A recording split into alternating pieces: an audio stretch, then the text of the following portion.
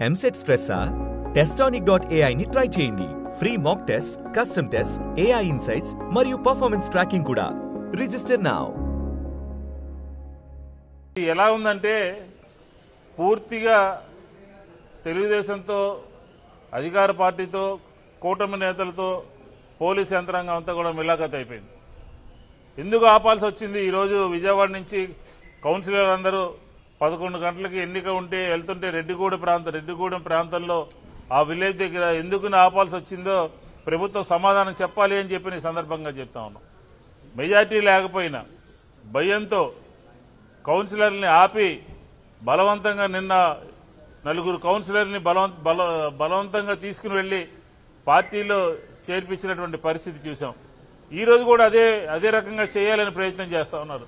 Majority లేకపోయినా తిరువూరు మున్సిపాలిటీని హస్తగతం చేసుకోవాలని చెప్పని దౌర్జన్యంగా చేసేటటువంటి కార్యక్రమం జరుగుతోంది.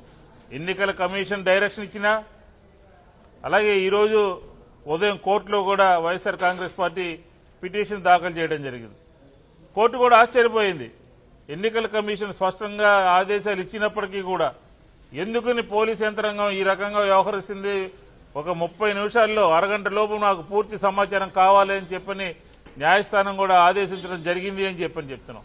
అంటే ఈ ప్రభుత్వానికి కానీ, ఈ కూటమి ప్రభుత్వానికి కానీ, పోలీస్ యంత్రాంగం కానీ, ఎన్నికల కమిషన్ అన్నా లేకపోతే న్యాయస్థానాలన్నా లెక్కలేనటువంటి పరిస్థితి కనపడతా ఉంది. మెజార్టీ ఉన్నప్పుడు, మీకు మెజార్టీ ఉంటే ఎందుకు ఇలాంటి అరాచకమైనటువంటి కార్యక్రమాలకి, ఎందుకు ఈ రకమైనటువంటి కార్యక్రమాలకి పాల్పడుతున్నారో ఆంధ్ర రాష్ట్ర ప్రజలకి సమాధానం చెప్పాల్సినటువంటి అవసరం ఉన్నది అని చెప్పిన వైఎస్ఆర్ కాంగ్రెస్ పార్టీ డిమాండ్ చేస్తోంది. ఇప్పటికైనా సరే మా కౌన్సిలర్తో, మా గుర్తు మీద గెలిచినటువంటి కౌన్సిలర్తో మీరు చైర్మన్ తీసుకోవడానికి ప్రయత్నం చేస్తా ఉన్నారు. ఇది అప్రజాస్వామికము, అన్యాయము అని చెప్తా ఉన్నాం. దౌర్జన్యంతో మీరు మున్సిపల్ చైర్మన్ స్థానం సంపాదించాలని ప్రయత్నం చేస్తారు. ఇది సాగదు. ఇది ప్రజాస్వామ్యంలో ఇలాంటి దానికి తావులేదు. ఖచ్చితంగా రెడ్డిగూడెం దగ్గర నుంచి కౌన్సిల్ హాల్ వరకు, తిరువూరు మున్సిపాలిటీలో ఎన్నిక జరిగే వరకు కూడా పోలీసులు భద్రత కల్పించాలి అని చెప్పి డిమాండ్ చేస్తా ఉన్నాం. ఉదయం నుంచి అడుగుతా ఉన్నాం, అధికారులందరికీ చెప్తా ఉన్నాం. వాళ్ళు చెప్పేది ఒకటి, క్షేత్రస్థాయిలో జరిగేటటువంటి కార్యక్రమం వేరేది. ఎన్నికల కమిషన్ నిన్న డైరెక్షన్ ఇస్తే విజయవాడ నుంచి ఎన్నికల కౌన్సిల్ హాల్ వరకు ఎందుకని మీరు భద్రత కల్పించలేకపోయారు? ఎందుకని మీరు గన్మెన్ లేవలేకపోయారు? దానికి సమాధానం చెప్పండి. ఆ రోడ్డు తిరువూరు వస్తే భద్రత కల్పిస్తారంట. విజయవాడ నుంచి తిరువూరు మార్గ మధ్యంలో కూటమి నేతలు రౌడీజంగా, అరాచకంగా రోడ్ల మీద నుంచి ఎవరు వెళ్లకుండా అడ్డుకునేటటువంటి ప్రయత్నం చేస్తున్నారు. ఎందుకు అంత కక్కుర్తి మీకు? మెజార్టీ లేనప్పుడు ఎందుకు రావాలి రోడ్డు మీదకి? పోలీసులను అడ్డం పెట్టుకుని కౌన్సిల్ సంపాదించాలని ప్రయత్నం చేస్తున్నారా?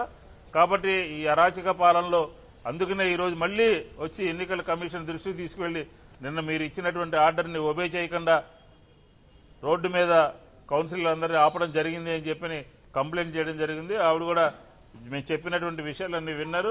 పోలీస్ యంత్రాంగంతో, అధికారి కలెక్టర్ గారితో వాళ్ళతో మాట్లాడుతూ ఉన్నారు. ఇది కనుక ఈ విషయంలో కనుక సరైనటువంటి చర్యలు పోలీస్ యంత్రాంగం తీసుకోకపోతే తదుపరి కార్యాచరణ ప్రణాళికను ప్రకటిస్తామని చెప్పని కూడా వైఎస్ఆర్ కాంగ్రెస్ పార్టీ చెప్తాం. తిరువూరు మున్సిపల్ ఉప ఎన్నికల్లో టీడీపీ వాళ్ళు, కూటమి ప్రభుత్వం చేస్తున్న దౌర్జన్యాలు నిజంగా దారుణం. అసలు నిజంగా ప్రజాస్వామ్యంలో ఉన్నామా లేదా అర్థం కావట్లేదు.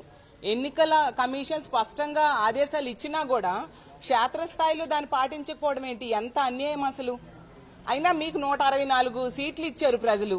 ఇవి వైఎస్ఆర్ కాంగ్రెస్ పార్టీకి ఇచ్చిన సీట్లలో మున్సిపల్ ఎన్నికల్లో ఇలాంటి దౌర్జన్యాలకు పాల్పడడం ఎంతవరకు సమంజసం? ఆ తిరువూరు మున్సిపాలిటీలో తీసుకుంటే 17 మా పార్టీ గెలిచాము, 3 ఏమో వాళ్ళ పార్టీ వాళ్ళు గెలిచారు. స్పష్టంగా మా మెజారిటీ కనిపిస్తూ ఉంది. ఎంత దౌర్జన్యంగా మా వాళ్ళని లాక్కొని ఆ మున్సిపల్ ఉప ఎన్నికల్లో గెలవాలనుకోవడం అసలు న్యాయమేనా?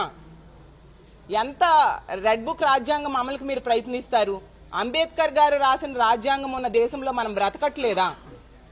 ఇప్పటికి జరిగిన అన్ని ఉప ఎన్నికల్లో కూడా ఇదే విధంగా వ్యవహరిస్తున్నారు. మననే విశాఖపట్నం మేయర్ ఎన్నికల్లో తీసుకుంటే అదే విధంగా స్పష్టమైన మెజారిటీ వైఎస్ఆర్ కాంగ్రెస్ పార్టీకి ఉన్నా కూడా దౌర్జన్యంగా మా కౌన్సిలర్ని, మా కార్పొరేటర్స్ ని తీసుకోవడం జరిగింది.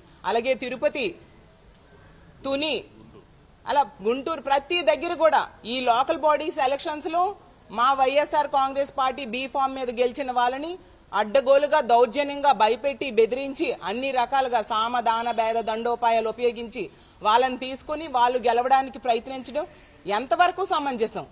మీకు ఇచ్చిన సీట్లు సరిపోవా? ఇది న్యాయమేనా? ఎప్పటికైనా ఇలాంటి దౌర్జన్యాలు ఆపాల్సిన బాధ్యత కూటమి ప్రభుత్వం మీద ఉంది. ఈ తిరువూరు మున్సిపల్ ఉప ఎన్నికల్లో ఈరోజు ఖచ్చితంగా మా కార్పొరేటర్స్ కి రక్షణ కల్పించమని రాష్ట్ర ఎన్నికల అధికారి అయిన నీలం సాహ్ని గారిని మేమందరము వెళ్లి విన్నవించుకోవడం జరిగింది. ఆవిడ సానుకూలంగా స్పందించారు. ఖచ్చితంగా రక్షణ కల్పిస్తామన్నారు. కోర్టుకు కూడా మేము వెళ్లడం జరిగింది. మనం ప్రజాస్వామ్య దేశంలో ఉన్నాము కాబట్టి ప్రజాస్వామ్యాన్ని కాపాడాల్సిన బాధ్యత ప్రభుత్వం మీద ఉంది. కాబట్టి దీన్ని మేము ఖచ్చితంగా పోరాటం చేస్తాం, ఎలాంటి దౌర్జన్యాలను అడ్డుకుంటామని తెలియజేస్తూ ఉన్నాము.